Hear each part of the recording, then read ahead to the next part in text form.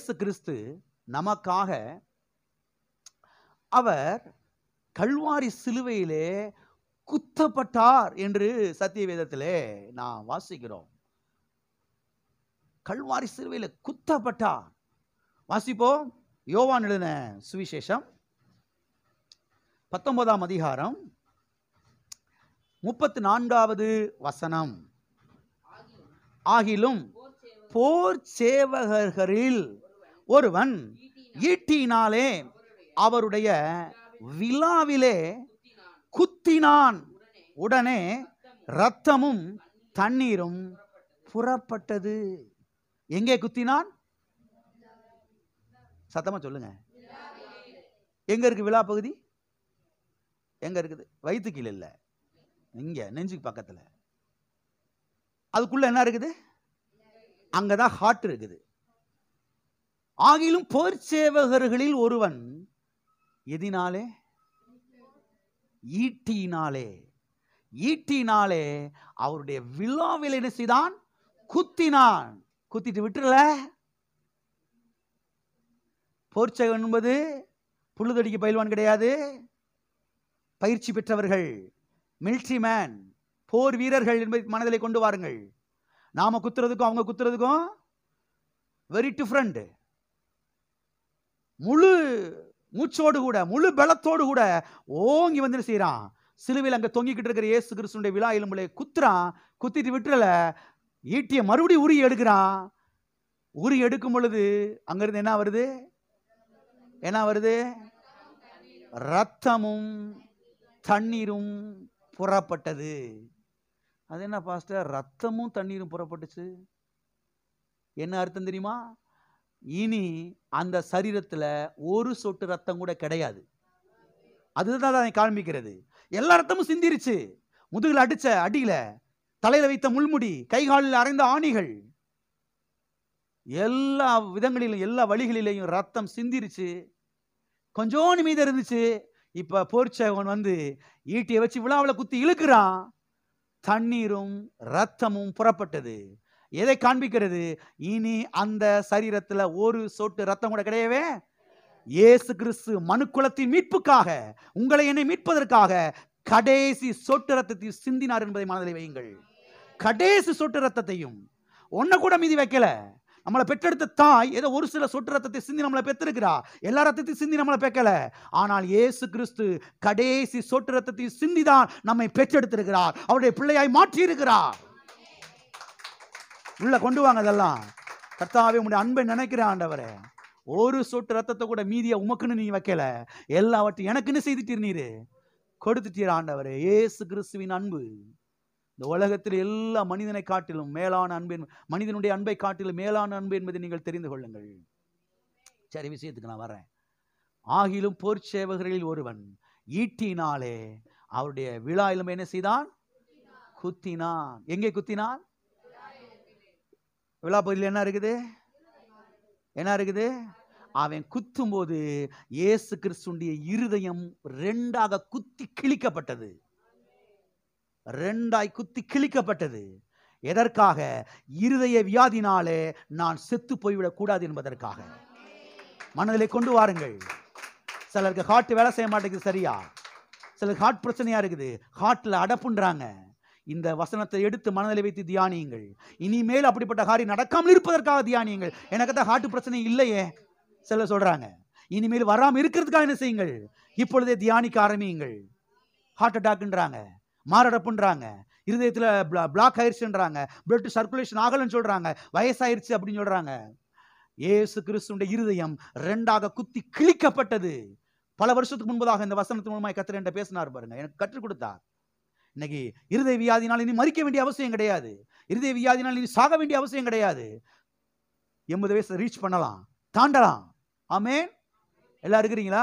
இந்த வசனத்தெல்லாம் எடுத்து மனதில் வைத்து தியானிக்கணும். 1000 பேர் ஹார்ட் அட்டாக்ல செத்து இருக்கலாம். 1000 பேர் வியாதி பிரச்சனை, இருதய பிரச்சனையினால் அவங்க மறிச்சிருக்கலாம். நான் மறிக்க வேண்டிய அவசியம் கிடையாது. நான் மறிக்க வேண்டிய அவசியம் கிடையாது. இயேசு கிறிஸ்துவின் இருதயம் குத்தி கிழிக்கப்பட்டது. கர்த்தாவே உம்முடைய இருதயம் அன்றை குத்தி கிழிக்கப்பட்டது என்று சொன்னால், இன்னைக்கு இருதய சம்பந்தப்பட்ட வியாதின்னு சொல்றாங்க. அந்த வியாதினாலே இன்றைக்கு நான் மரிக்க வேண்டிய அவசியம். பரிசுத்த ஆவியானவர் உங்களோடு கூட இந்த காலை வேளையில பேசிக் கொண்டிருக்கிறார். ஆவியானவர் பேசிக் கொண்டிருக்கிறார். ஆவியானவர் உங்களுக்காக பேசிக் கொண்டிருக்கிறார். தெரிந்து கொள்ளுங்கள், திட்டமாய் தெரிந்து கொள்ளுங்கள். நீங்கள் வியாதி பிரச்சனைனால மரிக்க வேண்டிய அவசியம் கிடையாது. நீங்கள் தீர்க்காயுசாய் வாழலாம். பக்கத்தில் கைப்பிடி சொல்லுங்க, இருதய பிரச்சனையினாலே நீங்கள் மரிக்க வேண்டிய அவசியம் இல்லை. தீர்க்காயுசாய் நீங்கள் வாழலாம். ஆமென். நல்ல செய்தி, குட் நியூஸ். ஆமென். நீங்கள் மரிக்க வேண்டிய அவசியம் கிடையாது. தீர்க்காயுசாய் வாழலாம். ஆமென். வாசிப்போம். சங்கீதம் 22:16. நாய்கள் என்னை சூழ்ந்திருக்கிறது, பொல்லாதவர்களின் கூட்டம் என்னை வளைந்து கொண்டது, என் கைகளையும் என் கால்களையும் உருவ குத்தினார்கள். எங்க குத்துனாங்க? அங்க வாஸ்தம் இருதய பகுதி என்ன செஞ்சாங்க? இங்க எதை குத்துனாங்க? கைகளையும் கால்களையும். எப்படி குத்தினார்கள்? இன்னைக்கு கால் பிரச்சனை, மொட்டி பிரச்சனை, முழங்கால் பிரச்சனை, கை பிரச்சனை, எல்லா பிரச்சனைக்கும் தீர்வு, எல்லா பிரச்சனைக்கும் நிவாரணத்தை நீங்கள் கவனிக்க வேண்டும். நான் சொல்றேன், நான் நோட்ஸ்ல இல்லவே இல்லை, என் நோட்ஸ்ல இல்லைங்க. ஆவியானவர் உங்களுக்காக பேசுகிறார். கவனியுங்கள். நீங்க மொட்டி தேய்மானம் அடைஞ்சு நடக்க முடியாம கீழே படுத்து கிடக்க வேண்டிய அவசியம் கிடையாது. விசுவாசியுங்கள். குறுக்கு தேய்மானம் அடைந்து நீங்கள் குறுக்கு வழியில படுத்து கிடக்க வேண்டிய அவசியம் கிடையாது. இயேசு கிறிஸ்துவினுடைய கைகளையும் கால்களையும் உருவ குத்தினார்கள். இயேசு கிறிஸ்துவினுடைய முதுகு உழப்பட்டது என்பதை அடுத்த பகுதிகளிலே நான் வாசிக்கிறோம். டிராக்டரை வச்சு உழுத மாதிரி அவருடைய முழுதுக்கு வாரினாலே உழப்பட்டது. என்னுடைய எலும்புகள் எல்லாம் எண்ணலாம் என்று எழுதப்பட்டிருக்கிறது. முதுகில் இருக்கிற எல்லா எலும்புகளும் தெரிந்தது. இன்றைக்கு முதுகு தண்டு தேஞ்சு போச்சு, மனதை கட்டணுன்றாங்க. இயேசு கிறிஸ்து எல்லாவற்றையும் ஏற்றுக்கொண்டார். இன்றைக்கு முதுகு வலியினால படுக்க வேண்டிய அவசியம் கிடையாது. கால் வலியினால நான் படுக்க வேண்டிய அவசியம் கிடையாது. கை கால் வலியினால படுக்க வேண்டிய அவசியம் கிடையாது. அவருடைய கைகளையும் கால்களையும் உருவ குத்தினார்கள். வாயில புலம்பாம வர்றவங்கிட்ட போறவங்கிட்ட எல்லாம் முழங்கால் வலி முழங்கால் வலி முழங்கால் வலின்னு சொல்லி கும்மி அடிக்காம கவனியுங்கள்.